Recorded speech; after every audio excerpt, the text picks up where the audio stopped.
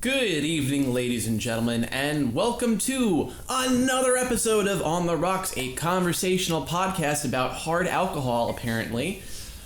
No, movies. That's what we do. It's movies. Apologies up front for the slightly substandard audio quality. We had to bring the mobile studio with us, so we don't have our regular mics. We're just recording right into the Zoom. But also, if you've noticed, we have video now. Woo! If you're on iTunes, you don't get to see this because you just don't. So fuck you. Yeah, it's exclusive. YouTube exclusive, bottom right, 25% corner of the video. By the way, I finished our first commentary track, like the whole syncing. I uploaded it and it immediately got flagged.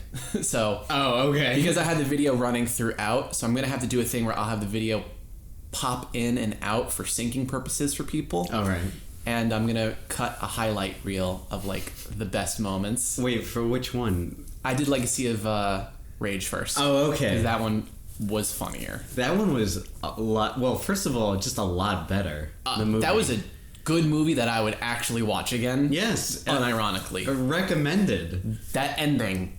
Holy that fucking shit. ending. You know what? Should we talk about Legacy of Rage? Yeah, let's talk about Legacy of Rage. All right. First and foremost, Dave, where are we? Oh, we're at a hotel room in Grand Central Station. Yes.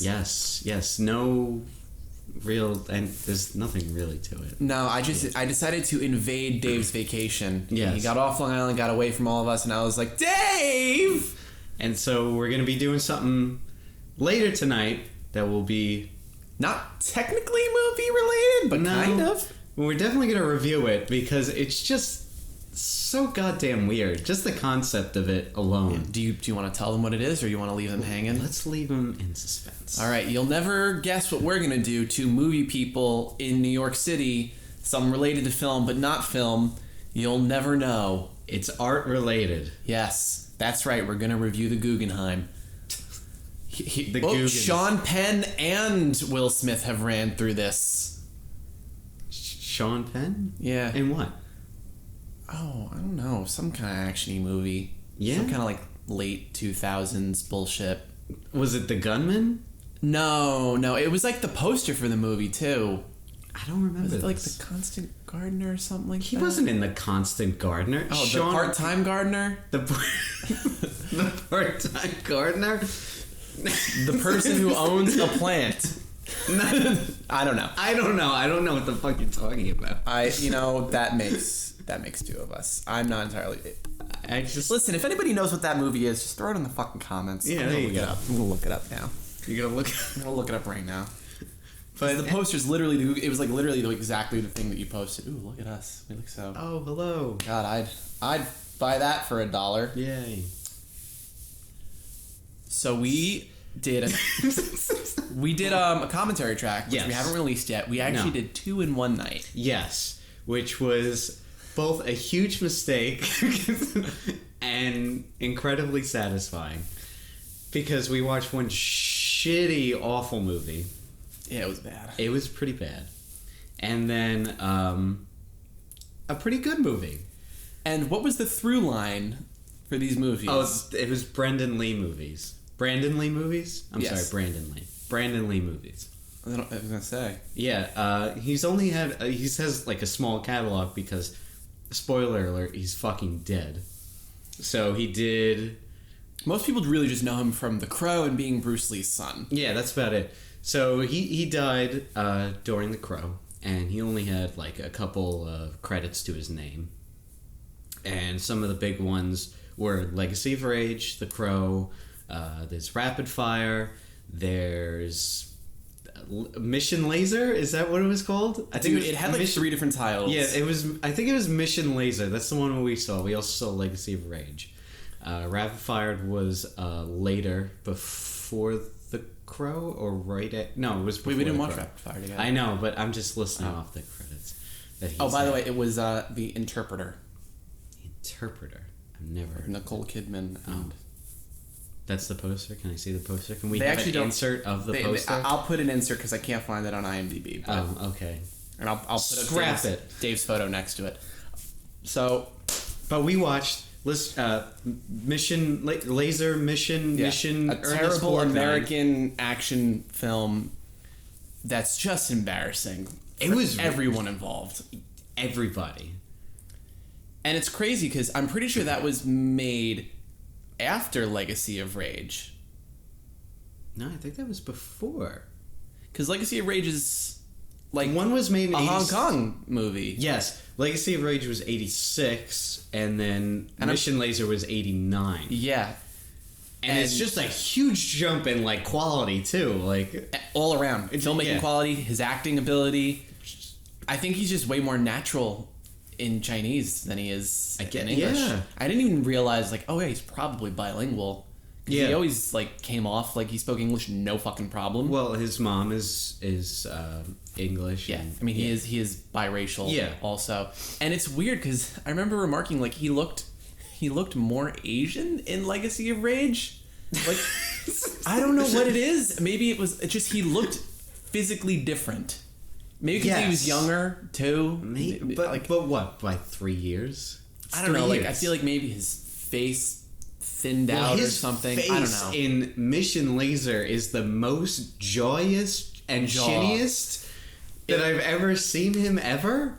God, he looks like the douchebag from every movie that he's in. But I'll pull out Street Fighter and The Legend of Chun-Li.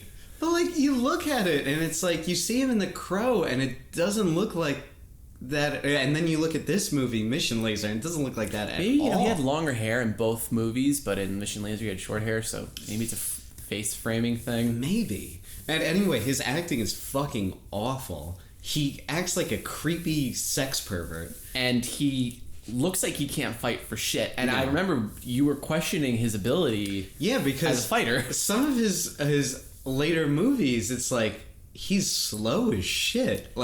He can't fight, and it's just kind of a disappointment. So I actually posited that what I thought was happening, or what I was hoping was happening, is it was more of a symptom of it's like the Jackie Chan effect.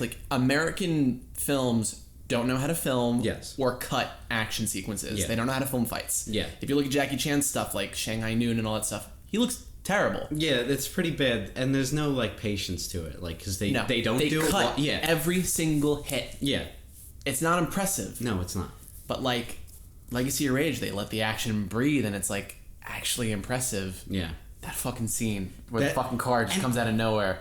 And it's so fast, and it's just it's nuts. Insane. It was nuts. Goddamn insane. Also, I'm trying to remember, were there any lasers in Mission Laser? No, there was no lasers in Mission Laser. What the fuck? I just remember that there's an awesome poster, and Ernest Borgnine's face is just cropped inside of a jewel. It is do you remember Mermaid Man? Fucking Mermaid Man. Oh, the poster is great, but holy shit! You think I like the movie a little bit more, being that it stars my family's lineage. Yeah, Braun. Literally the Braun scientists. The Braun scientist. The girl in it is Miss Braun. Even though she ends up not being. Even though she's spoiler alert. God, that van survived so much abuse. We thought that the rest of the movie was just going to be one big car chase in the van, because we literally had this one car chase where he's shooting from outside of the car, and then we have a 5-minute break, maybe 2-minute break, and then immediately it goes back to them in the van shooting again in a totally different location. It's just fascinating how bad that movie is. How bad it was. But let's get into something good. Yes. Legacy of Aquaman. Rage. Oh. I'm kidding. Legacy of Rage.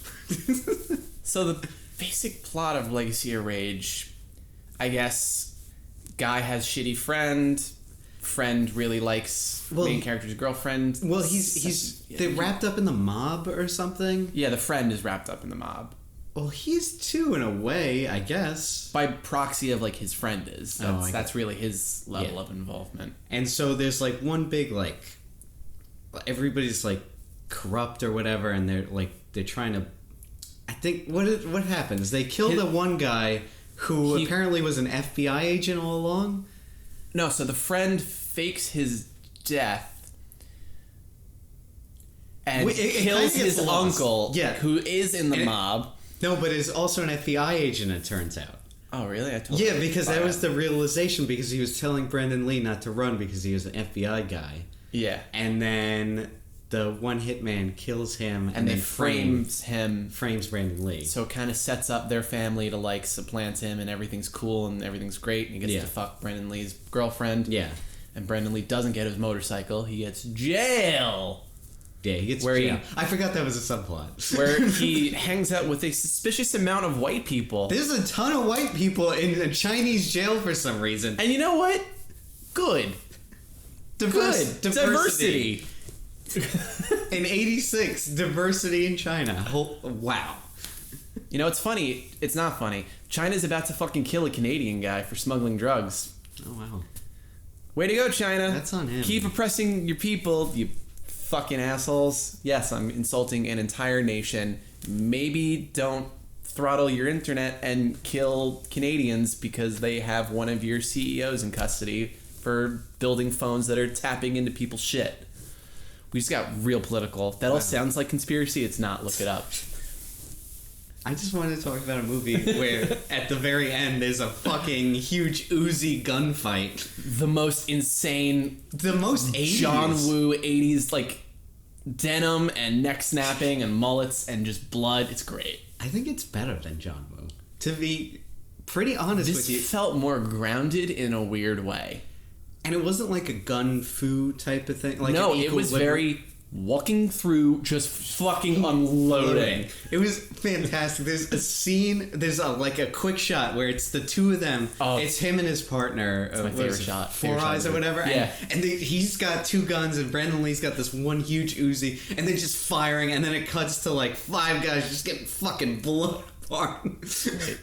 Oh my god, when he flips the dude onto the fucking shard of glass. And he like headbutts him like a shit ton of times. There's blood gushing from his forehead. Dude, it's an intense and very brutal climax. It's awesome. It's fucking awesome. The guy who gets shot and rides the guardrail and down. Breaks the fucking... Oh.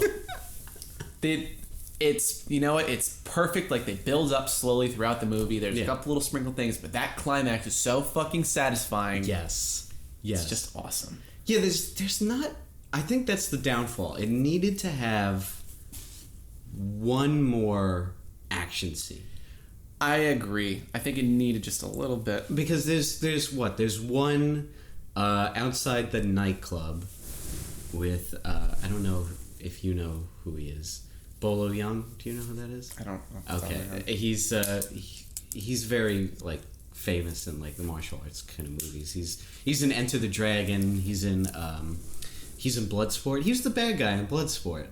The one he fights at the very end. Yeah, I don't remember that. Oh damn it! Okay. Battery died. Oh, it's all good.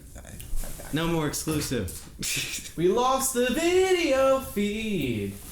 Somehow this is my fault. Because I didn't charge batteries last night. It's all right. All we need is audio. And love. Yes. But... Hey, listen, in the words of the late, great John Lennon, fuck, I've been shot! Did he say that, or did... I mean, I would. No, but what Some if he was... little chubby, fat fuck shot me in front of my hotel? But what if he was, like... Jared Leto-looking motherfucker? No, I mean, like, what if he was, like, shot fatally? So he couldn't say anything. I mean, unless you get popped in the head, you're not going out immediately. Well, did he get popped in the head? No, he got shot in the back like 3 or 4 times. Okay, well maybe he just didn't have a forethought to just scream anything. So you're just assuming at this point. That was presumptuous. Yeah. I'm sorry, Yoko. Oh no, if you're listening. Sorry, Mark David Chapman. Yo, Chat David Markman. Why'd you do that, bruv? Why'd you do that? But yes, check it out. If you have Amazon Prime, Legacy of Rage is on there. It's fucking awesome. It's not a bad story. No, it's like... No, it's a nice little crime thriller. I very much enjoyed it. Also, if you have Amazon Prime, I can't... You just do yourself a favor. Type in Mission Laser or Laser Mission. There are like 4, maybe options. 5 different fucking versions of this movie. They all have different release dates? Yeah, I'm assuming that it's like... They were like, you know, maybe re-edited or I think they were all just re-releases. yeah, something like that. Or I'm sure some of them are like pan and scan. Some of them are probably like they have like the cropped. So if we put it up on our TV, like it would have had the black bars on the side, but then the black bars on top and bottom too. It's bad. Bad. It was the movie looked like shit too. Like, fun fact: Legacy of Rage was directed by the same guy who did Bride of Chucky and Jason, Freddy vs. Jason. Yes. Which is shocking. It is shocking until you think about all the stuff in Freddy vs. Jason. Yes. There is a lot of really Japanese things in there. Like the whole cutting frames thing, just the ridiculous way people react when they get hit. Yeah. Jason fucking hits somebody. He hits the... Is she from TLC? Whatever. He hits the girl with the machete and she fucking flies like 40 feet and hits a tree. It's magnificent. So check that out. Do it. But let's get into Spider-Man. Do you want to do Spider-Man or do you want to do Aquaman first to get that out of the way? We can briefly touch upon Aquaman. All right, let's briefly touch Jason Momoa. Yes. That coconut-covered chocolate man. So I recently... That wasn't a racial thing. It was a joke about Momoa sounding like Samoa. Mimosa? Mimosas? Yeah. Orange juice? Yeah, with some champagne in it. Oh my god, I had a mule mimosa the other day. A mule mimosa? Yes! Oh god, it was like vodka and ginger beer and orange juice, and it was fantastic. I think I might have to get that tonight, actually. Alright, we're doing... Not that. Not the... Ladies and gentlemen, David just had a stroke. It's like that news reporter. You see that video of that news reporter? Did a news reporter have a stroke? Yeah, she had like a mild stroke on like air. They cut to her and it's like, okay, and Jessica, what's going on the scene? Well, let me and she stopped. And she stopped. Listen, we all know what really happened. Jim Carrey was using his god powers. and cut away. They're like, all right, we're having some technical. You know what one of my favorite cutaways ever was? Back when Hurricane Katrina happened. It was all the celebrities were doing like the whole thing for to raise funds for people for relief, disaster relief. Yeah. And I think it was Mike Myers with Kanye West. And Kanye West's like, George Bush doesn't care about black people. And you can just see Mike Myers' face go like, what the fuck? And then it cuts to, I think, what's his name? Chris from fucking the Rush Hour movies. Oh, Chris, I was gonna Tucker, say Chris Tucker. I was gonna say Chris Kattan. I was gonna say Chris Farley. Jesus Christ. Those are all not Chris Tucker. Yeah. It cuts to him and he has this look on his face where he's like, what the fuck just happened? And then he just like tries to go in. Oh, it's magnificent. Wow. But Aquaman. Which I have not seen yet, unfortunately. I just recently saw this. I was kind of staying away from it. Several reasons. I mean, listen, our reaction to the trailers was not positive. No, and my reaction to seeing the actual movie is not positive. So there you go. It's a bummer. I really like Jason Momoa and James Wan. It was just so bland. Like for 2 hours and 20 minutes, I didn't give a shit about anything that was going on. It just seemed bloated. There's nothing like what's happening or anything like that. It was very like confidently made. Well, I mean, James Wan is at least he's got a vision. Like he's a good fucking director. Like he's not just like a gun for hire. But like saying that for a DC movie is like the highest fucking praise that you could give. Did you like this more or less than Wonder Woman? I liked Wonder Woman a little bit more just because of her character. Mm-hmm. And to be fair with both of them, because they're really like... The highest grossing DC movies right now? Well, no. In terms of like actors, like Gal Gadot and Jason Momoa aren't like... They're not big draws. Or they weren't before. They're getting up there now, yes. But they weren't. They weren't Ben Affleck. Yeah, there's nothing like that, like, oh wow, like from before or something. It's like, oh, I can't wait to see, how they do it, or blah blah blah. she did a lot more, like, for character-wise, and that, like, kind of propelled the movie. So, another question, because this was something, like, I remember seeing not Justice League, I'm sorry, although it does count for Justice League. I remember seeing Batman v Superman and being like, wow, Wonder Woman's terrible. Like, she's not good as Wonder Woman. And then seeing Wonder Woman in standalone film, it's like, oh, wow, it's night and day. It's night and day. Yeah. You could remove Aquaman from Justice League entirely, and basically nothing would change. He's more or less just water Thor in that movie. Is he significantly better in this movie? He's water Thor mixed with Black Panther. Like, it's just, that's what it feels like. It just feels like these two already rehashed ideas. Yeah. Even from, like, way before, too. It's just, like, the same kind of thing, and it's just retreaded. And there's really no... It doesn't feel like any care is put into it. Like, the costumes and the visuals look great. That's probably, like, the one thing that I really liked the about production the whole... design. Yeah, the production design is actually really fantastic. And, like, it kind of nails the whole feel of everything. How bad is Amber Heard, though? I've heard very negative things about She's her. not that bad. She's just... It's just flat. And, like, them together, it's just, like, it doesn't work. Like, they just don't really connect because because both of them aren't that great of actors to begin with. I'm sure they're nice people. I love Jason Momoa as a person. They can't... It's just, like, there's not really much charisma there. Yeah. There's really nothing there. And the action's fine. Like, the action, like, the way it's presented is... It's not quick cuts.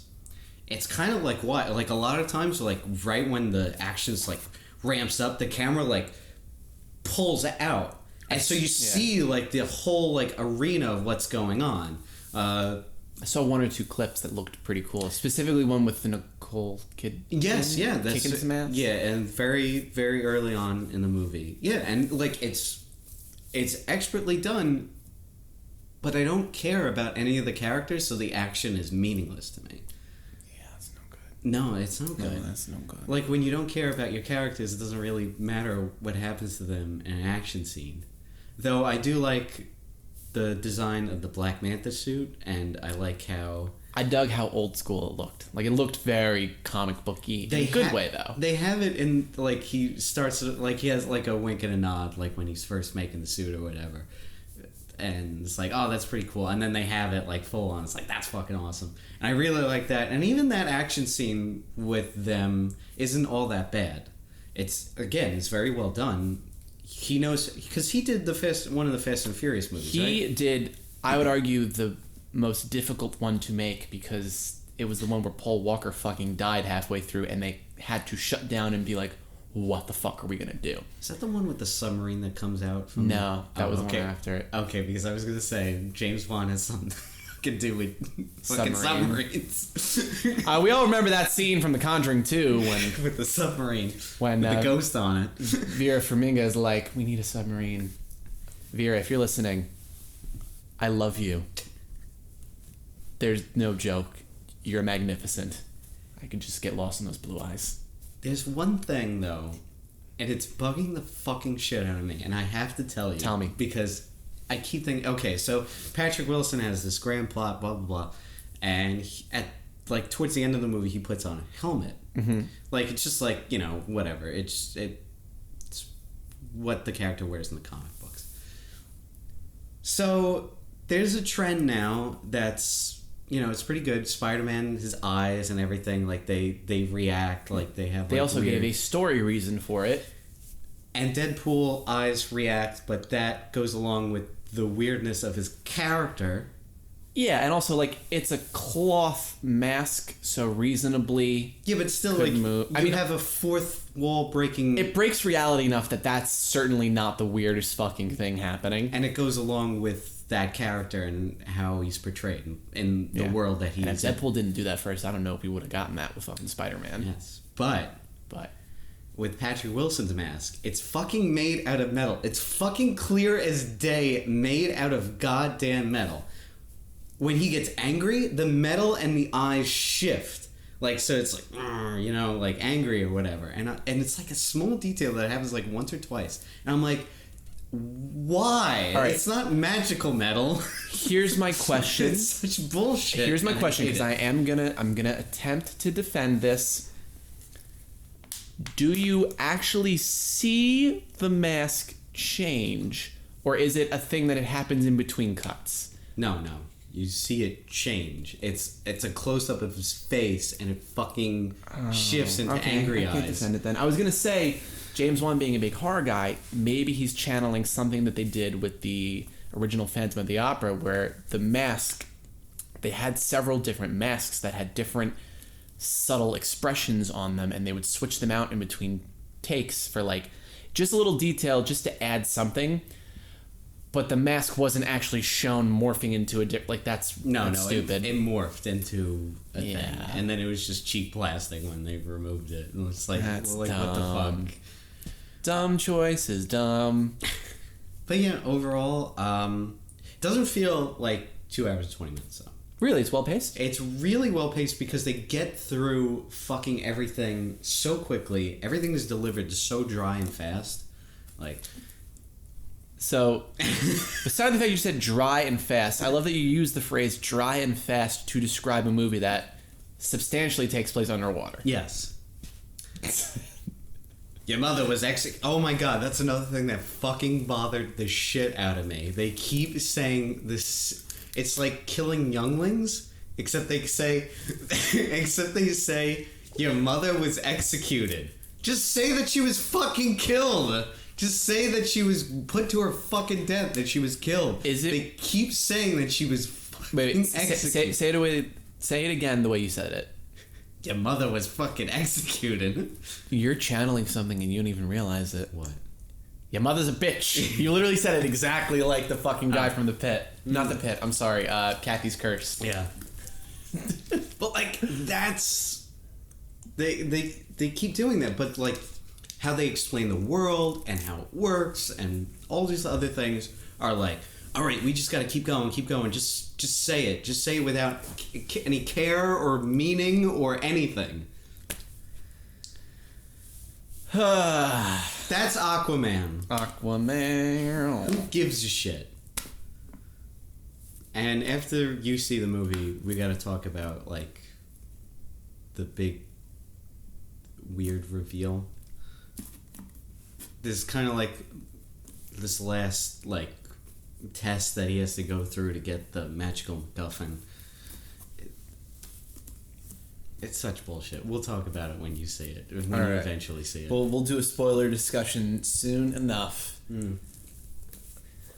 Well, on to another brightly colored superhero movie, but one that's good. At this point, since recording, like the last one that got lost to the ether, and by lost to the ether, I mean I fucked up and accidentally destroyed the recording. It has now won a Golden Globe for the best animated film. Yeah, that's huge. That's pretty fucking big. So, but it didn't gross $1 billion in China, which Aquaman did. Oh. Yeah. Well, how much did Aquaman cost to make? I don't know, like $200-something million. I would imagine that Enter the Spider-Verse cost significantly less to make. That's true. But Aquaman still grossed $1 billion. Oh, well, if it made money, it must be good. In right? China, where they love Transformers. And freedom. Canadian killing motherfuckers. Yeah, they love freedom. Anyway, go to visit Tiananmen Square. Google Tiananmen Square if you want. If you can in China, you can't. That's the joke. The government's blocked it. Anyway, Spider-Man. Spider-Man. China didn't block Spider. Well, I don't know. They might have. They have weird rules with time travel and ghosts. So I don't know if interdimensional travel is. Oh, you didn't know that? Oh, I thought just because he's like black. I mean, listen. Because I know Star Wars had that problem yeah. where they changed the poster to focus on not the female and black lead. Yeah, which is what the villains at that point. It's the droids. Basically, it's like, come see the BB-8 movie. Well, it also has to. It has to do with the first Star Wars going back because it wasn't released there initially. Yeah, they don't really have a cultural appreciation for Star Wars like we do. Yeah. But it still has to do with race and sexism, and regardless of what you may say, listener, it's fucking true. It is. It's a quantifiable thing. And it sucks. Yeah. But there you go. Yeah, so what's with ghosts and time travel or interdimensional so in China, okay, you are not allowed to have ghosts in your movies, and you're not allowed to have time travel. Any film that we put out that has those elements does not get released there. They won't certify it. But why? Their reasoning is that having ghosts in your film is disrespectful to the dead, and having time travel is disrespectful to history. I am not fucking kidding. You can look this up. That's but blocking shit, like, this has become an episode about China. Fuck. You know, the irony is that Dave and I both worked for many years at a Chinese restaurant. Yes. Listen, true. China, if I'm Look shitting, it up. we're shitting on the government to be specific. Love the people and the culture and the food. But, bro. What the fuck is... So they've never seen Back to the Future. Ghostbusters. I mean, that's part of the reason that the new Ghostbusters failed so spectacularly is it wasn't released in China. That's a huge fucking market, and nada. I don't think they would have seen it anyway. Oh, no. For various reasons. Yeah. I mean, first and foremost, it was terrible. Well, you know what? Who knows? Judging by Aquaman, Transformers, like, it could have been the next hit. I mean, there's a fucking... They made a mermaid movie that was like $3 billion there. Did you know about this? Oh, yeah, I heard about it. It was like this action romance mermaid movie. It's like, I don't know. You know who doesn't get enough credit? Korean cinema. Yes. They're fucking great. I Saw the Devil. Old Boy. It's a great movie. I just saw Train to Busan last night. Mm-hmm. It's a good movie. Yeah. That's with the zombies. The zombie train movie. Gotcha. It has its own style. It has a couple problems. It felt a little neutered in terms of gore. There really isn't any gore, but I think that's more of a... maybe it's more of a cultural thing. No. There's also, like, no guns in it, too, which I thought was interesting. I don't think... They don't shy away from gore. Well, I know they don't shy away from rape. Well, listen, there's a lot of blood in There's it. a lot of rape in Korean cinema. Oh, yeah, I'm thinking Old Boy's got some pretty gory scenes. Yeah, so... Maybe it's just that particular director. Yeah, I mean, it was whatever effective. the style was, yeah. The one thing I thought was funny is the movie's 2 hours long, and it got to a point where I was like, oh, I'm sure this is the climax. I'm guessing it's winding down. And I checked, and there was like 37 minutes left. Oh my god.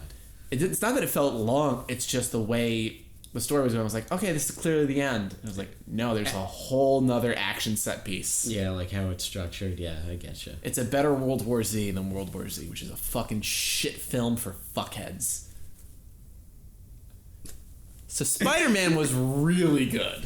Yeah, Spider-Man was pretty damn good.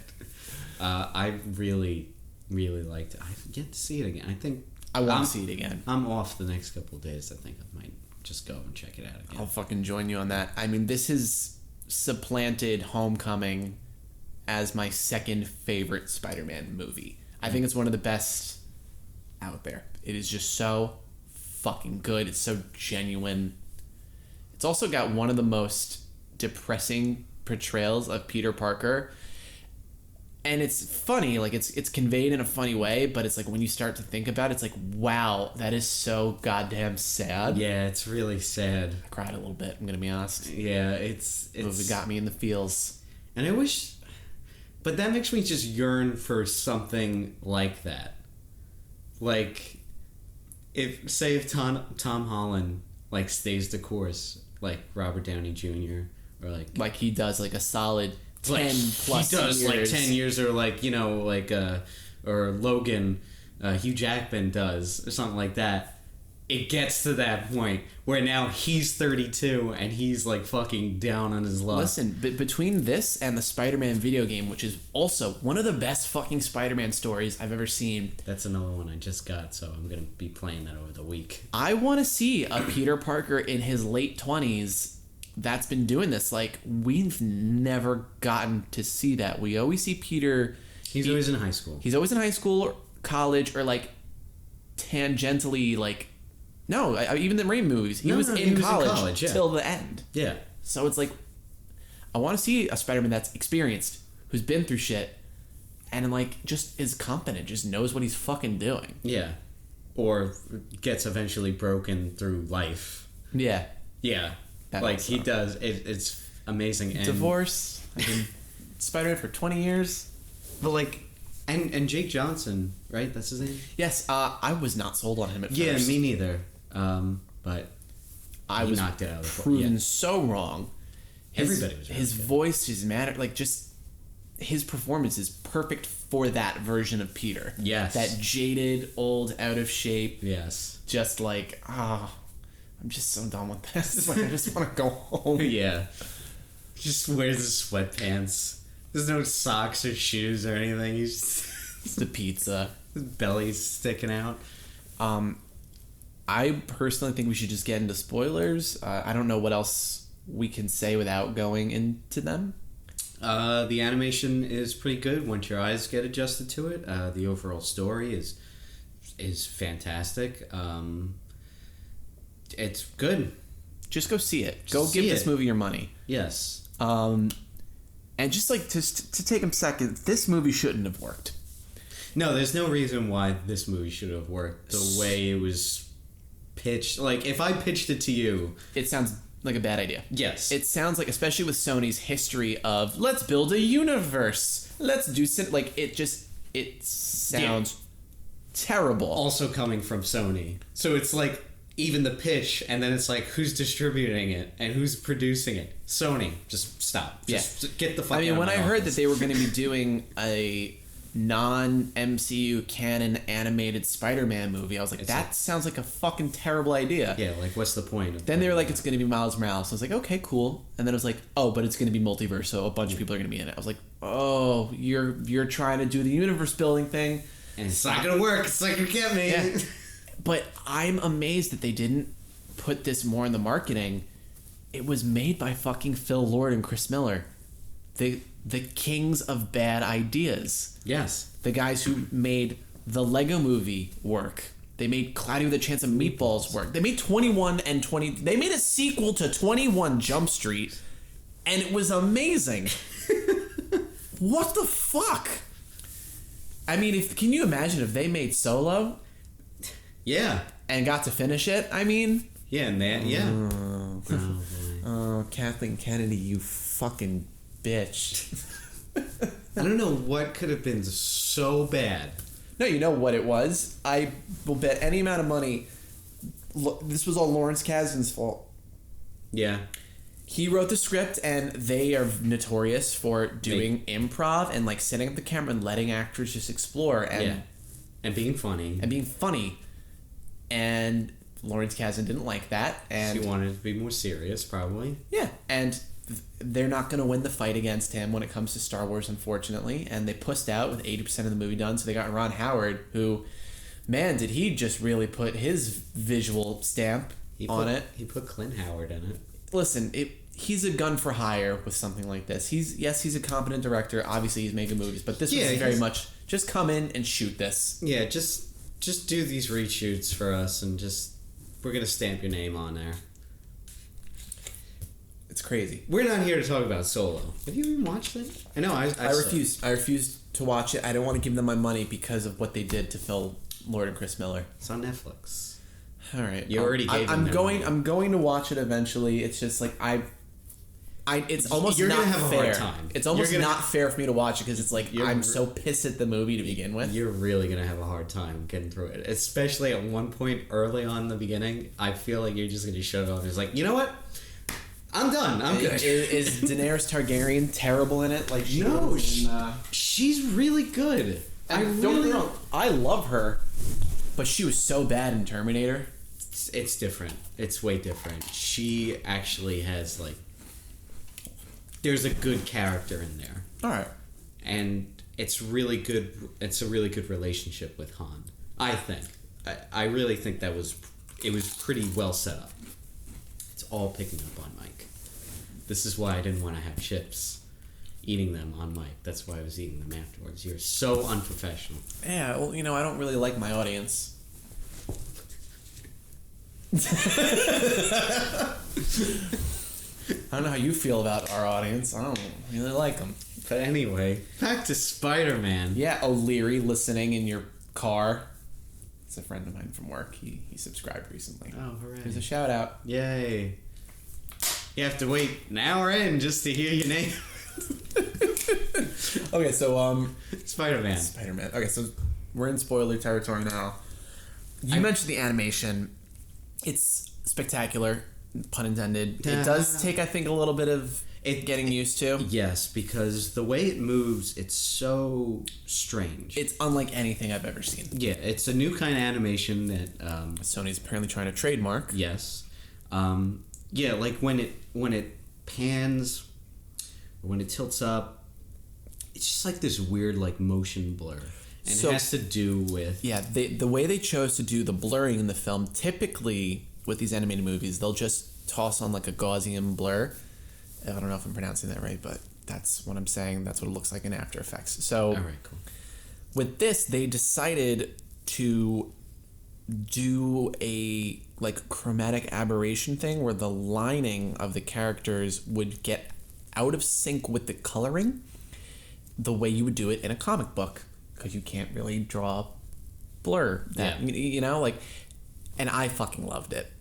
I totally acknowledge that this might turn some people off. I know Tom said he was kind of turned off by the animation. Yeah, because it is very strange because it's not something that you're used to. Yeah, you'd have to give it a couple seconds to just be like, all right, I just gotta focus on what they're trying to show me here, and I mean you'll get it, and it's like a couple minutes in, and you'll grasp it. It's not funny, a big deal. The original time that we recorded this, I made a comparison that initially I think drove you absolutely fucking nuts. But I think you might have somewhat agreed with me later on. As a parent, I have had to see all of the Hotel Transylvania movies. Yes. Which I think are honestly some of the better things that Adam Sandler's been putting out lately. Sure.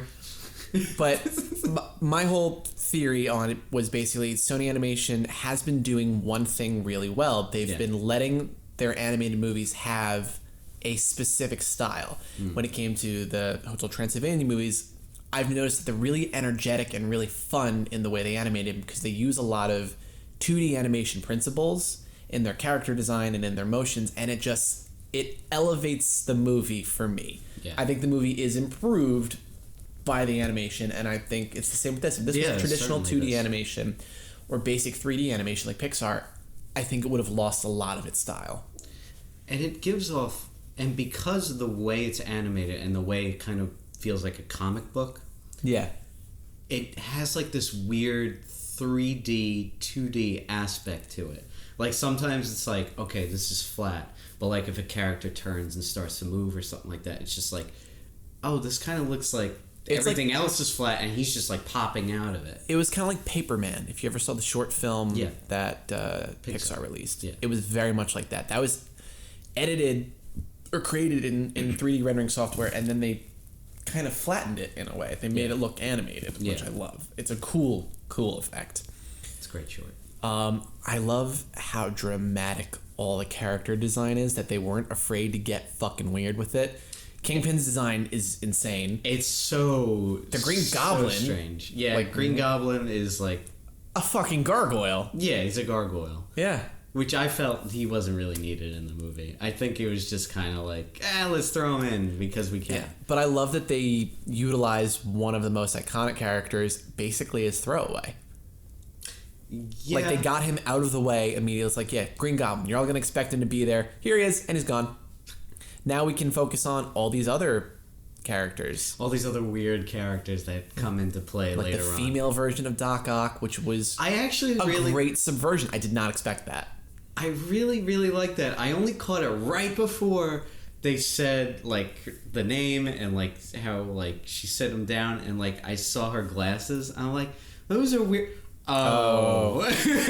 Also, that's one of my favorite little, like, not blink if you miss it jokes, but when they're going over their plan for how they're going to steal the computer, he's like, we're going to get it from the lead scientist. And like you see in his head, he's walking up to this dude scientist and she walks past in the background. And Miles goes, actually, it's her. He's like, oh, all right, then I'm going to also re-examine some of my own personal biases. And I was like, that's why I love Lord and Miller. They just weave in these like great adult jokes. Like no kid's going to fucking get what that is. Yeah.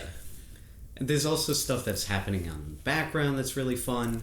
It's eye candy in the best sense, because it makes you go back and like when you watch it the second time, you're watching all like the little corners and like in the background and stuff like that, and you see like all this other fun stuff that's going on. Like in that scene, like after he fights Doc Ock, he takes the bagel from the thing and they're all chasing it and he throws it over his shoulder and it hits some guy in the head and it just is bagel on. It's fun. It's also just a dynamic that we've never gotten to see in the Spider-Man. He's always, with the exception of these new movies, been a lone hero. Yeah. He's never had really friends or backup. So this dynamic of seeing him play off of other Spider-Man is great. And every Spider-Man that they introduce, I think besides Peter P. Parker, they all have a different design to them. And it's not even just the design, it's the art style, and they all have unique personalities, and like Cage and I love Miles Morales. Yeah. I love that he's not just a basic like not white Peter. Like they actually he's not like a his Peter clone. Own person. Like he's an artist. Like he has things going on. Yeah. And it's great. Yeah. It's just fucking great. It's just a different character, it's not a rehash. It's not exactly. Yeah. It's not just like when two people select the same character in a fighting game and they just reskin them. Change the skin, It's not that. Yeah. Yeah, I really liked... Okay, so it kind of hit me pretty hard because I didn't expect the way that they chose to say his fucking dialogue. So, first of all, before that, death. There's a lot of death in this movie. Yeah, and it's tragic. Heavy, dark, sad deaths. It's tragic, and it fits perfectly within the movie. It's not like, cheap or anything like that. The character is motivated through what has happened. What has happened is fucking dark, but it sets him on the course for being It's great Spider-Man. subversions, because first off, Chris Pine is Spider-Man in this. Yes. Oh, okay. I feel like nobody knew that. I didn't know that, no. And like they set up this relationship. He's like, I'm gonna train you. I'm 27-year-old Spider-Man. I'm in my prime. Yeah, let me just do this thing. I'll be right back, kid. Just get out of here. Yeah. And then just gets fucking crushed. In a really like not heroic, sad death. Yeah, like he's pinned and then the Kingpin just comes over and just fucking wails on him. It's not a good way to go. No, it's not a good way to go. And the way, he's just like lying there. It's like, Jesus Christ. And then just seeing like New York respond to the hero's death, and it's like this was a permanent death. Yeah, there's no coming back from that. Even though there are other versions, it's still like, no, this definitive one in this world is fucking dead. And even seeing other people's reactions, like people who didn't necessarily like Spider-Man were still affected by it. Did they show J. Jonah? No, but his father, Miles' father. You see him react, and like just like how devastated Miles is, and like how that scene is so rough. And then like he goes and buys the costume. And oh shit, are we in spoilers? Yeah. Oh, okay, cool. Yeah, so Miles' uncle is the Prowler, who's like the bad guy who's been chasing him through the... Which I didn't necessarily see coming. Yeah. I thought that was really well set up. So, yeah, that was pretty good. I knew about it, but I thought it just needed a little bit more, just another little interaction with them. Yeah. But they have a really good thing that kind of counterbalances it, where it's not the father and brother aren't just black and white characters where it's like the dad is good and you have a good relationship and the uncle's bad and you have a bad... No, it's like... No, they both have a terrible relationship with each other, but they know that they have to come together to help Miles, and there's a scene... They both care about Miles. Miles, if anything, has a better relationship with his uncle than his dad. Yes. And the uncle's like not pulling him into the darkness. He's No, he's just go to school. He's like, you gotta do this thing. It's like, you don't want to be me, all right? I know it's like, it seems fun. Yeah. Spray painting in the fucking subway, but it's just, you can't do it. And then like once again coming back to like tragic and brutal deaths. He gets shot in the back. That's not a good way to go. No, like that's yeah. And it's not a heroic thing. Like he gets fucking shot on May Parker's roof. Yeah, in the back. And there is like that heart-wrenching scene like way before that where the dad, Miles's dad, calls up the brother. It's like, which is pretty fucking good. Yeah, I love the Prowler's like movements, like when he like when he's trying to like grasp at something or just like trying to get something. There's like this sound that accompanies him, which I thought was amazing. The sound design on him was, yeah, it was good. It was creepy and it just added the tension of like this imposing character who's fucking hunting him. But no, Stan Lee's cameo, like the way, like this is right after Spider-Man's death, Chris Pine's Spider-Man's death.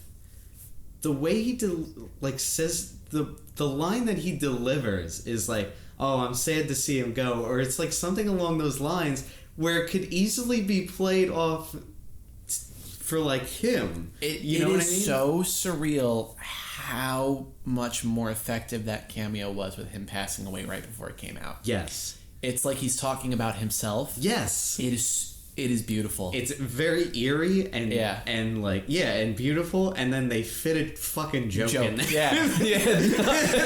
And like that's I think he would have been happy with that being the last thing he did.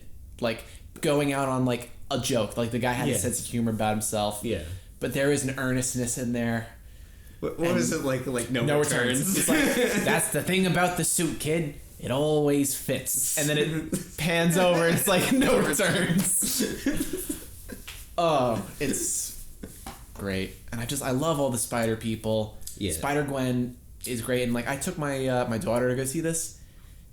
For Christmas, we got her a Spider-Gwen suit. She wants to be that hero. And like for her to have a hero that she can look up to, somebody who is strong and also like isn't dressed like a slut either. Like somebody who literally doesn't show a single shred of skin in her suit. Like it's nice that like she's not sexualized or any bullshit like that. No, she's not sexualized. They don't really have just as competent as everyone else, and they don't overcompensate where she's like 1,000 times better than everyone else around him. It's not like the Trinity issue. No, and there's also no like. They don't fall in love. It's not like a love story. There's no romance. There's no romance. I mean, for he has any a crush character. on her at the beginning, but that doesn't falls away when more important things have to happen. Yeah, it doesn't stop to be like, okay, now we got to do this. And it's like, no. Yeah, she was great. Like I said, Nicolas Cage was great. Spider-Ham was fucking fantastic. Is he in black and white? Yeah, he was. Is him with this wind just out of nowhere? Where's their wind? But then I really like Spider-Ham. I wish there was more of him. I love like the closing line where he's going away and he just takes out that hammer. He's like, "It's okay. It'll fit in your pocket." In terms of the structure of the movie, I understand why it had to be this way, and I kind of love how you can't just make a Miles Morales movie and throw it out there. He's just not in the cultural zeitgeist enough that people know who he is. No. So you need to ground him with Peter Parker initially. Yes.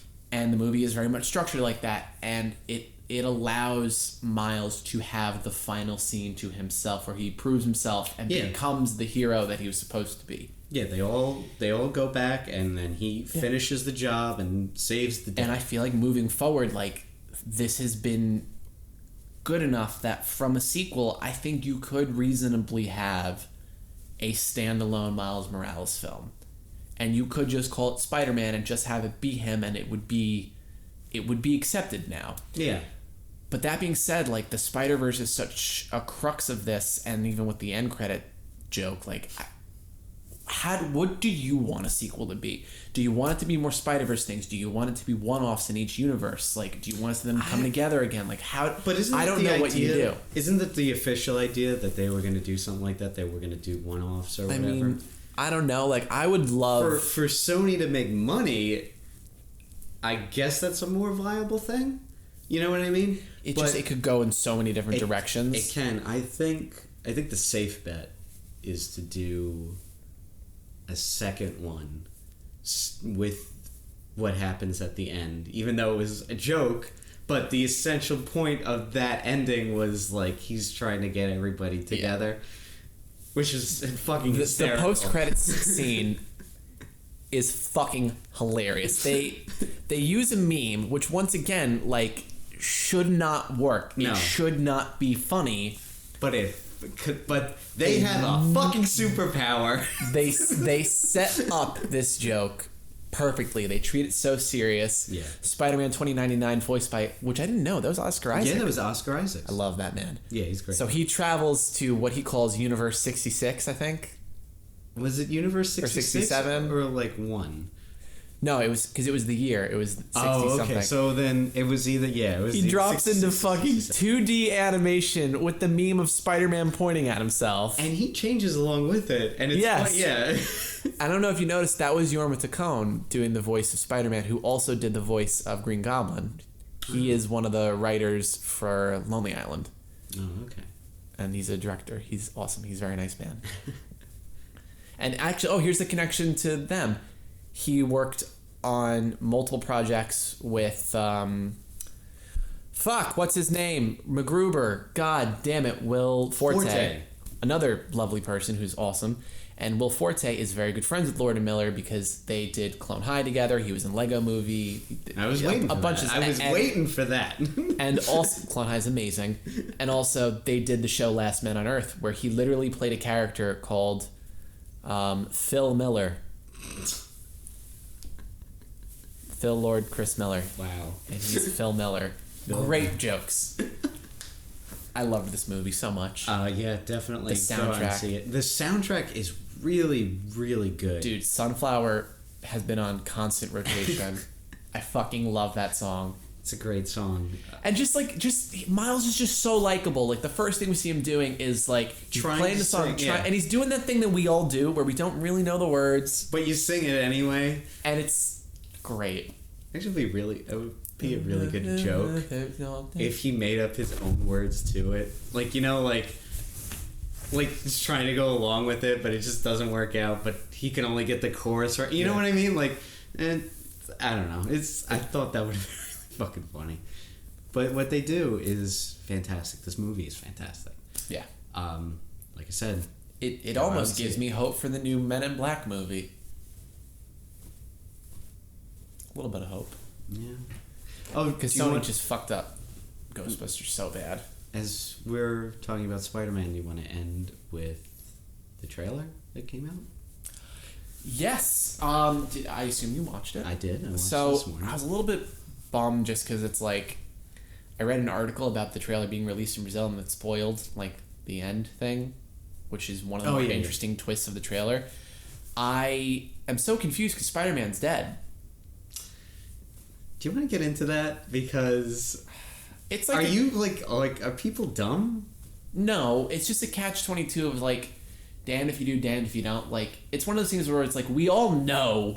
We all know he's not fucking dead. But it's also like it kind of undercuts a little bit of the dramatic tension of Endgame coming out. It sucks because like we know. Everybody knew that fucking Far From Home was coming out. It's like. Yeah. Like, I like that get over yourself. It's good that they at least just chose not to address it at all. Yeah. And technically, Far From Home could take place before Infinity War. Like, we don't know. Ant-Man and the Wasp did. Yeah. I really, really liked it. I think it's interesting that they're just taking Spider-Man into places that we have not seen him go, both literally and metaphorically, like locations, but also like S.H.I.E.L.D. coming up to him and be like, we need you. What's up? Yeah. But that's the thing. I think we have the same issue I miss the iconography of seeing him be in New York. I also like... So, like, I like what they did with the first one. It's just grounded. It's just like, I just got to stop a bank robber. Yeah. Well, not, technically a bank robber, but like a robber. It's like, a weapons dealer. It was street level shit. Yeah. It's what Spider-Man is used to on his normal turf. Like, even like fighting with the Avengers, he's not a heavy hitter. You know what I mean? Yeah. So, like, seeing him do what he should be doing and how the movie should be structured, it's weird to see him now, like, as an agent of S.H.I.E.L.D., basically. Or agent of S.H.I.E.L.D. for hire. Yeah. It just feels very odd to me. And I feel, and I texted you this morning, $20 says that it's all a fucking illusion by Mysterio. Like, the whole thing. Like, him getting contacted by Fury and fighting Hydro Man and whatever else is out there. I really think it's all one big elaborate illusion to build up Mysterio as being a hero. And to, like, push him aside from the villain aspect. So, like, the big twist that they reveal is that Mysterio is working with Spider-Man. Basically. Yeah, like helping. He's coming across as a hero in this. Yes. Which, again, I fucking see past that. It's like, I can't imagine him being... Like, I know it's Jake Gyllenhaal. And he's pretty fucking likable. I mean, have you seen Nightcrawler, though? Yeah. He can be terrifying. But, like, that's the thing. Like, say if he channels something like that, but in a, like a psychotic sociopath way where it's like, I'm just gonna be nice and trick you and then fuck you over. No, he's definitely gonna be the bad guy. 100%. He has to be. There's no way. It's an interesting dynamic that they're choosing to do. And I like it because I don't know where that's gonna go. I don't know how it's gonna get there. Well, it could be really good, like, see it from this angle. Like, Spider-Man's young, naive. He's still starting out, right? Yeah. This guy comes down. He's got all this cool tech. He's helping him out, blah, blah, blah. He's got to trust him, right? He's Thor and Iron Man rolled together. Yeah. No, of course. Especially, like, I guess we'll also have to see what S.H.I.E.L.D. thinks of him. Like, maybe he's a S.H.I.E.L.D. agent. We don't know. Like, I can't imagine that he's going to be a special effects guy. Yeah, because that's the origin in the comics. He's... Dumb. Yeah. It's dumb. Stupid. It's stupid. I'm sorry. It's dumb. Just like Jubilee. Jubilee's a fucking stupid character. Let's not. What? Let's not. Well, it's not? Let's not get... No, I'm sure Dark Phoenix will be great. I know she's not in it. Oh. And they pushed that back, actually. It was supposed to come out somewhat recently. Yeah, you know what also was supposed to come out? And I saw a trailer for it like a year and a half ago. And it never came out because... New Mutants. The X-Men horror movie that just never got released. Yeah, because it was probably bad. They're saying that this one's bad. I mean, Legion was really good. Legion? The X-Men TV show by Noah Hawley. Oh, yeah, that is really good. I haven't seen the second season. I haven't yet either, but I really liked the first season. The first season is fucking... It's strange, but in like a really good way. Yeah, it's like the guy who did the Fargo TV show made an X-Men TV show because that's what happened. But that's not related to what's going on in the movies. No, but it is the world of X-Men. Like, they are the mutants, so... But... Yeah. Point is, like, you can do something really different and cool, and there are horror elements in that show. Like, you could do cool shit with X-Men. You just choose not to. Fucks. I like that there was some of the iconography of seeing Spider-Man swing through the city, finally. It looks like he's gonna be, for the most... Like, in the beginning, probably in New York. See, it's interesting. I was thinking it was going to go the other way. It's going to be at the end. Starts in New York, he goes on this trip, and then it ends up ending in New York. Could end like What do you think about the new suit? I don't know. It's like a dark red with the black and everything, and then you have the stealth suit, too. I love they have the stealth suit in there, but, like, yeah, it's basically the same exact design as the Homecoming suit, but they color blocked it differently.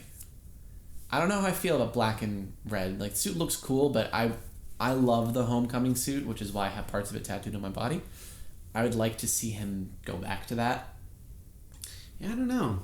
I don't know how to feel about that. I think it's just kind of like, maybe there's a reason for it. Well, they say that he doesn't bring the suit with him overseas, so maybe that's like the SHIELD suit that he gets. Which wouldn't make sense. Yeah. Why would SHIELD have the suit? Because it was technically A Stark thing.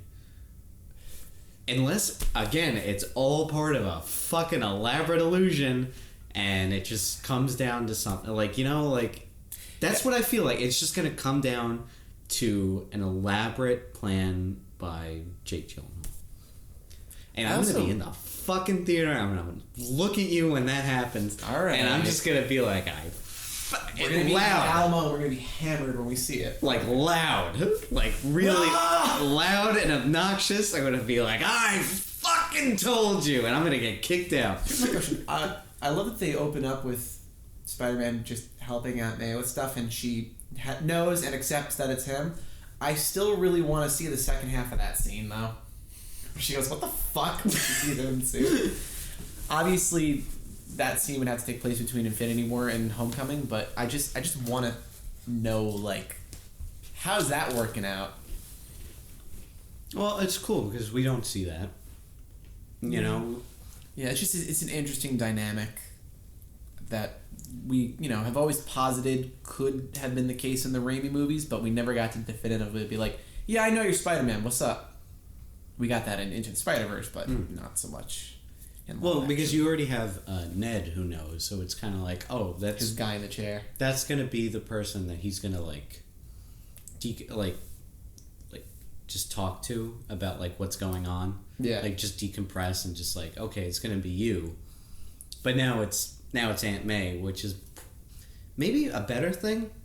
Because it's more of an emotional... And also, she's going to... Not that Ned doesn't care if he gets hurt, but she's... that's all... He's all that she has left. Even though I think she's getting that sweet, sweet, happy Hogan D.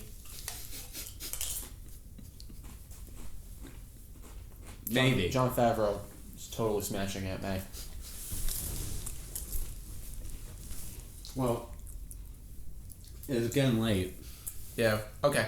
So we're going to cut it there. We're going to go do this thing that nobody knows what it is. I think it's going to be just magnificent. I think it's going to be like the eighth wonder of the world.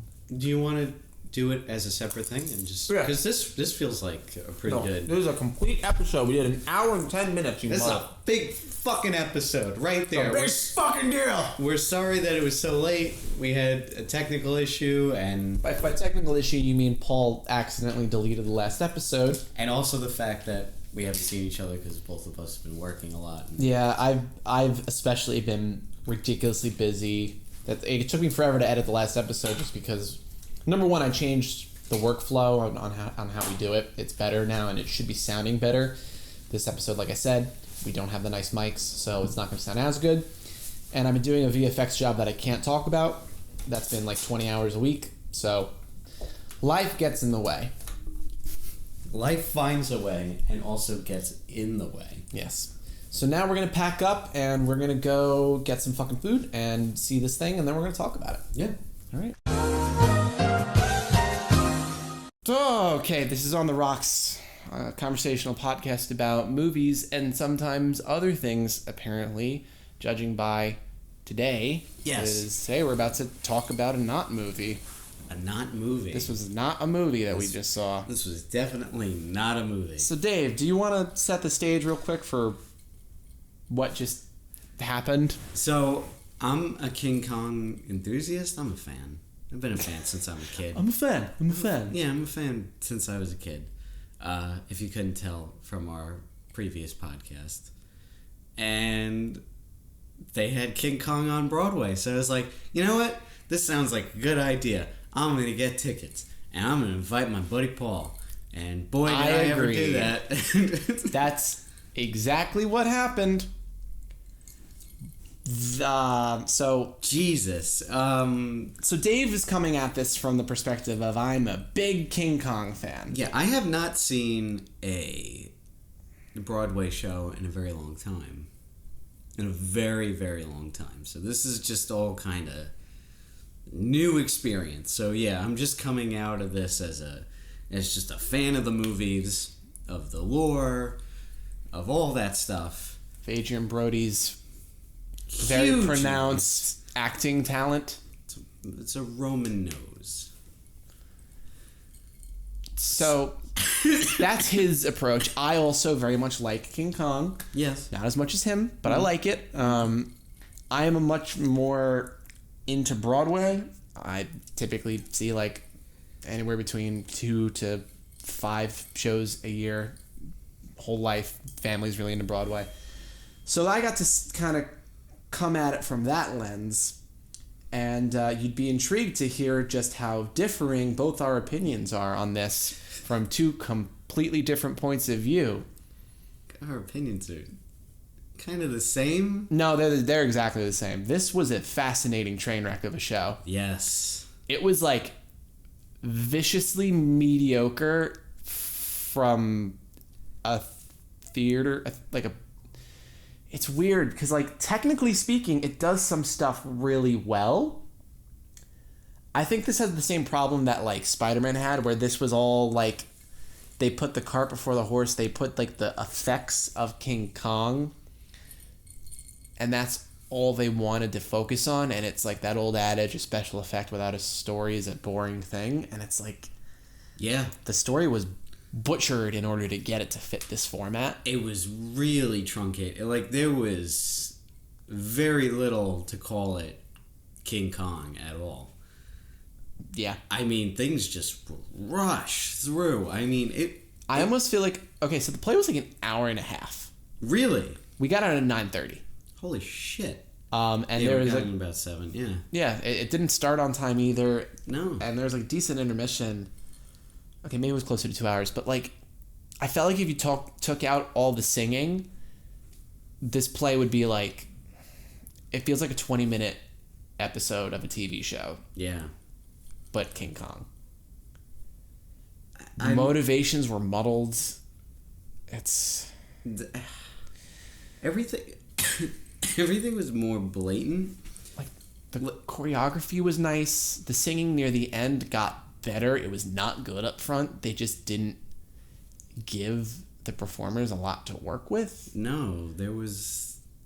Everything was like retrofitted into like King Kong, and it just didn't translate well. Well, because King Kong is more of a grand spectacle. It's not really supposed to be small. Like, Broadway seems like small. You're confined to the stage and the limits of what it can do, whereas a movie is just, it's a bigger picture. Speaking of like confinements and constraints, like you take something like Lion King, which should not translate well to Broadway, but they let those constraints, they bred creativity. They were able to do things and convey things in a way that was awesome. Like the costumes, like they didn't translate something like Lion King 1-to-1 for Broadway because you can't. Yeah. This play tries to do a 1-for-1 transfer of the movie to the stage. And they fail. Yeah, and in doing so, like it's got no creativity. Like the whole back wall, it was impressive. It's a giant screen. The stage does some cool stuff where it morphs around, and Kong is genuinely a spectacle. Like, he looks great. Yeah, it's a great effect. It's a really great puppet. When you have your backdrop is just a fucking TV screen that can change into anything, even though they do some cool stuff with it, it just feels lazy. It's just not creative. Ironically, the most creative scene in the whole goddamn thing is when they're doing the mini play inside of it. And it's like, oh wow, actual props. Yeah. Like that's the other thing. I feel like there's no props in this fucking thing. It's just people in front of a green screen, basically. Yeah, it was. It was people in front of a green screen. That's all it was. It felt like going from the original Star Wars to like the prequels, where it's just like this sterilized, truncated, safe thing. Yeah. Like King Kong is a tragedy. Why did this play end on a fucking positive note? Yeah, it ended like, it's okay. I'm I'm still going, you know, blah, blah, blah. I'm no damsel in distress. I'm just not a damsel in distress. It's like, I don't know if you've seen King Kong, girl. That is literally what you are, and that's okay. Like, it doesn't destroy feminism if, in this instance, you are a damsel in distress. You can be a damsel in distress, but have other interesting things about you. I think that Peter Jackson King Kong did that well. She was a damsel because it's a giant fucking ape. Of course, I'd be a damsel. But she was able to manipulate that relationship and do interesting things with it. And that's another thing. There's no relationship. There is no relationship. It's a satisfying sound. Literally none. It's what, 15 minutes? No, not even. It's like 10 minutes of just... They do such a poor job of conveying the passage of time, too, that it number one, feels like the whole play could have happened in the span of a weekend. Yes. And number two, it's like, it feels like she's with him for like 15 minutes. Like, as in real time in the diegesis of that world, it feels like 15 minutes has passed. On Skull Island. Yeah. There's no natives. No. Which everything else... Lumpy is a combined character from the Peter Jackson movie. Yeah, it's Andy Serkis combined with Colin Hanks. Yeah. And what was he, like, slow or like... It seemed as though he had some kind of disability. Which, not being mean, like that's... I think that's what they were trying to go for, choice. Yeah. And it's all brought on to that one scene where I almost fucking died. I had a daughter, she's dead. Where the fuck is this coming from? Just... Smallpox. Out of nowhere. Like, because this drama. Happened. Because drama, Dave. But from the whole fucking...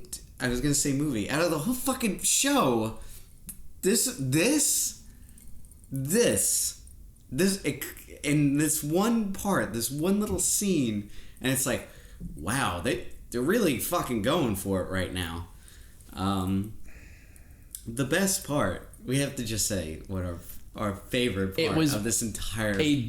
It was a genuine moment of comedy where it was supposed to be funny, and Dave and I were fucking cackling. I was dying. We were the only ones laughing, I think, too. They put on... Yeah. So, like, they all come back from Skull Island, and Carl Denham is putting on, like, all right, we're going to get ready for the 8th wonder of the world. Which, did they ever say? No, they never say that. It says Carl Denham's giant monster or something. Yeah. Another fucking... Fuck that. Hey, at least they ended with the line, Beauty killed the Beast. They didn't. Oh, they whoops. Didn't. They didn't. Oops-a-daisy. But they're putting on the show, and they're, like, recounting the events, but they're doing it all from, like, basically like a high school level, in a way. Yeah, it's real low budget. But it's funny, and it's nice, and it has, like, this really nice tone. And then there's the one part... This is the part where we all died. When Kong escapes, so, like, the curtain falls and Carl Denham comes out. It's like, oh, no, it's all right. It's like, it's fine. And it's like, come on, girls, come out here and just dance away. And then they all start dancing, and then, like, one gets, like, fucking dragged under the... You just hear screaming and Kong roaring in the background. And then everybody's running away. And then this one girl is left there, and as she's like singing and dancing, she's crying and singing.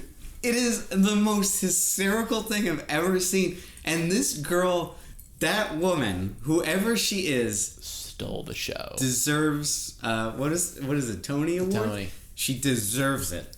She deserves it for putting on the best performance ever that I've ever seen. I mean, it's a shame that 4 of the people sitting around us left after the intermission because they missed the best part. Yeah, the 2 people that were sitting next to you, the 2 people behind us. And then left. Did you notice another 2 people just walked out like in the middle of the finale? Oh, I didn't see that. Dude, yeah, they walked right past us. I've actually never seen somebody walk out of a Broadway show. Well, let alone. Are you sure they weren't the ushers? I'm pretty sure. Are you sure? Well, they weren't wearing black. Well, they had the ties. All right. Well, even though we can only confirm 4 people walked out. confirm 4. I was a little drunk. It's just... He gave me a triple shot. It's so weird, man. It's just...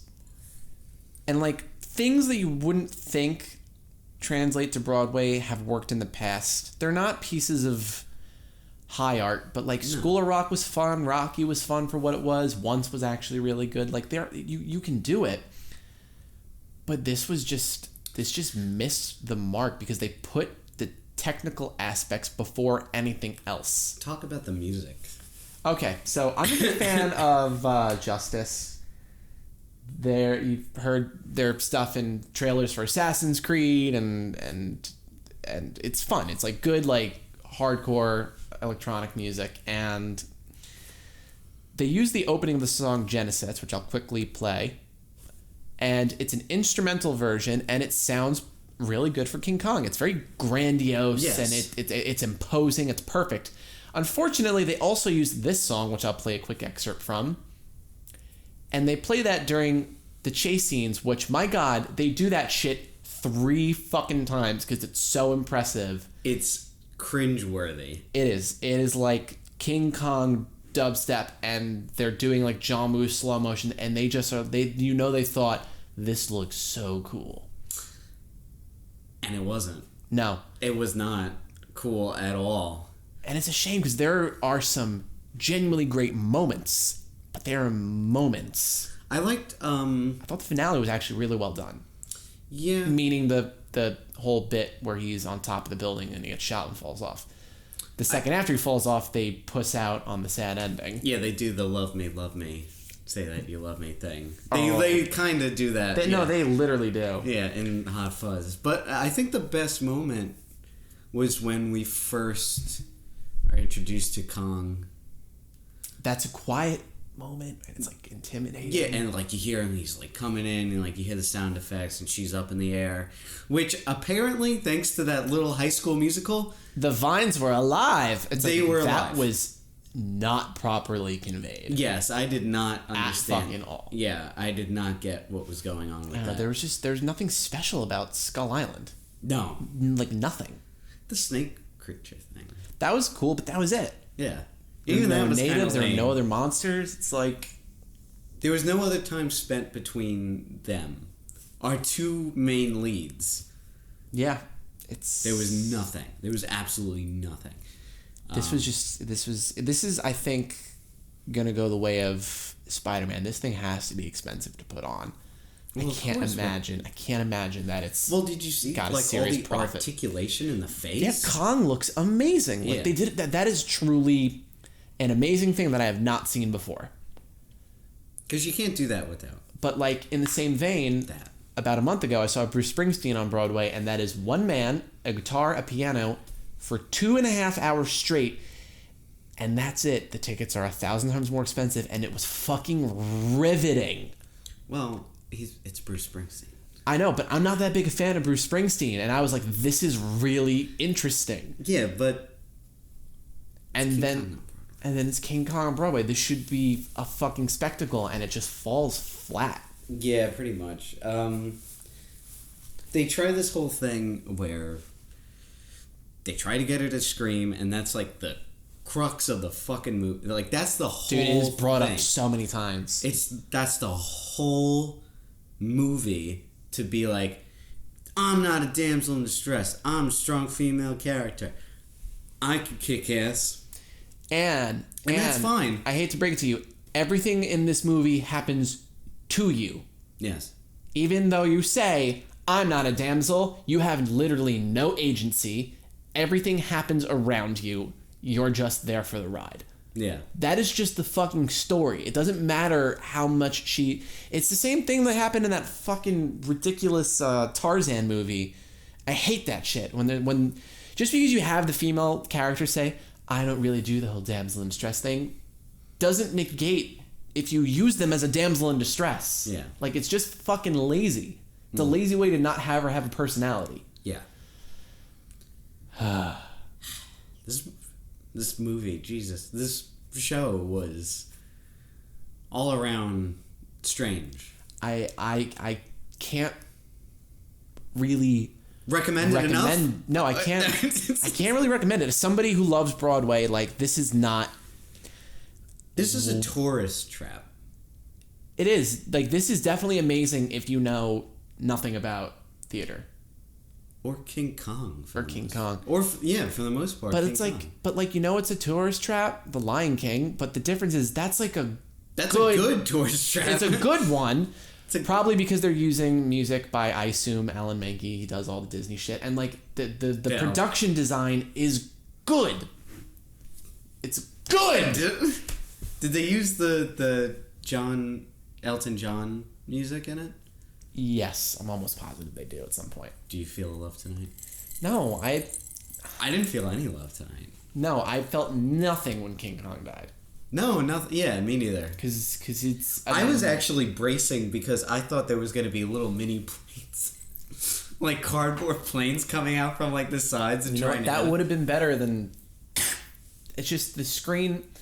It's cool, but it robs the show of integrity. Yeah. It just feels like when you can put anything back there, then what's the fucking point? You know? Like, you're using a God knows how many hundreds of thousands of dollars that screen costs, and you're using it to project a fucking brick wall. Like, there's a problem. Wall, there's a problem here. The sea. What the fuck was that? The sea. Stuff like that. It's just, yeah, you're right, man. I don't know, man. King Kong deserves more justice. And Carl Denham sounded like SpongeBob.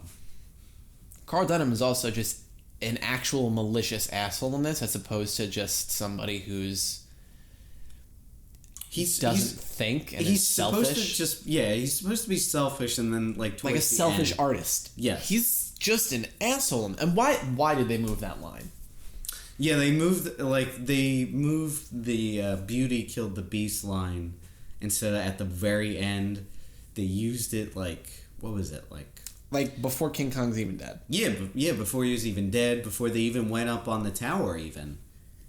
And why? Because fuck you, that's why. How was the music? Did you like the music? No. There is not a single memorable song in this thing.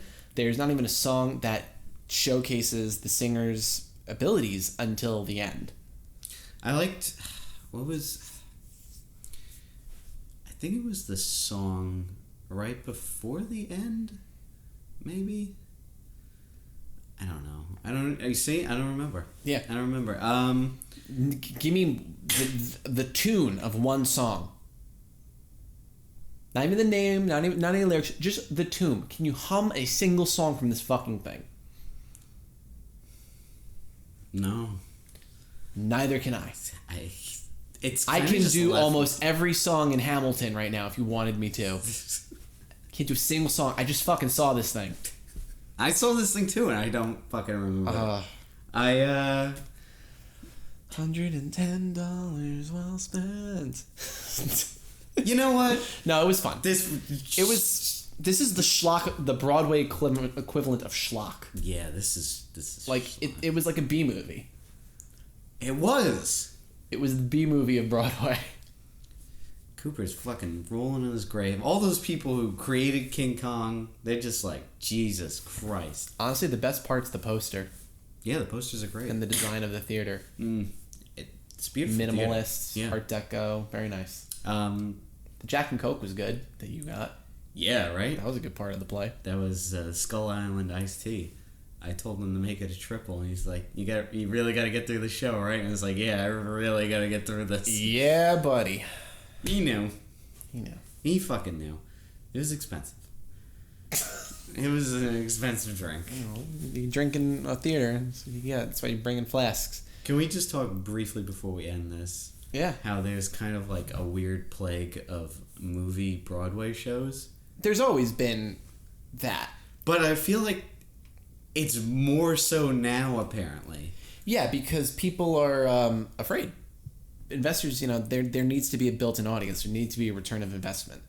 It's scarier to be like, we're going to make a play about Carole King. Just fuck it. I'm like, at least with that, like, yeah, there's the musical and like install base, but that's not based on a thing that people have actually seen. Yeah. You know, like, and some of them are really great. Once was great. School of Rock was fun. Rocky was fun. Like, They made a Rocky musical? yeah, it was alright. It was fun. But it was like on the caliber of this. Did he beat the shit out of them while singing? No. Damn it. But, you know, listen, it's no Hamilton. Well, that's the thing. Like, Hamilton Had the balls to have a sad ending, spoiler alert. Well, it's history. This is also true. And then, what is it? There was another one. No, Book of Mormon. Oh, Book of Mormon. Which is an original. It's an original. Yeah. So, You know, I don't it's this was just a travesty. I don't know if it... I'm not mad at it enough to be like, oh, it was a travesty, but it just wasn't good. Were you just mocking me? Just fucking mocking me there for a second? Mocking you. Yeah, you just mocked me. Okay, I didn't mean to mock you. I'm sorry, but God I'm just saying, like... God damn it. You're undermining my... I'm just saying, like, this doesn't make me, like, actively mad. It's more just like, okay. They butchered the story. They butchered... Oh, absolutely. They 100% butchered... they butchered the story. They butchered Broadway. Yeah, They killed Broadway. It's done now. Everything's shut down. You know, it's funny. I just saw a Bronx Tale, too. That was actually good. But wasn't that supposed to be like a Broadway thing? I think it might have been originally written as a play, then they made it a movie, and then they yeah. made it back. But it was a play, not a musical. It was a musical. Oh, okay. But, well, still, that makes... It's better translated, I guess, from it. yeah, and also, like, there's inherent drama there. I don't know, man. It was a bummer.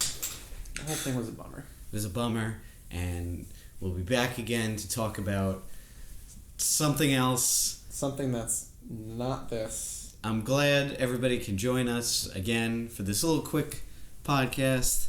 What is this, like, what is this, 20 minutes? We might just tack this on to Spider-Man, because I'll see when I edit it. Oh, alright, yeah. Alright, this has been another episode of On the Rocks Conversation Podcast. We gotta go. Get out of here. Godspeed, ladies and gentlemen.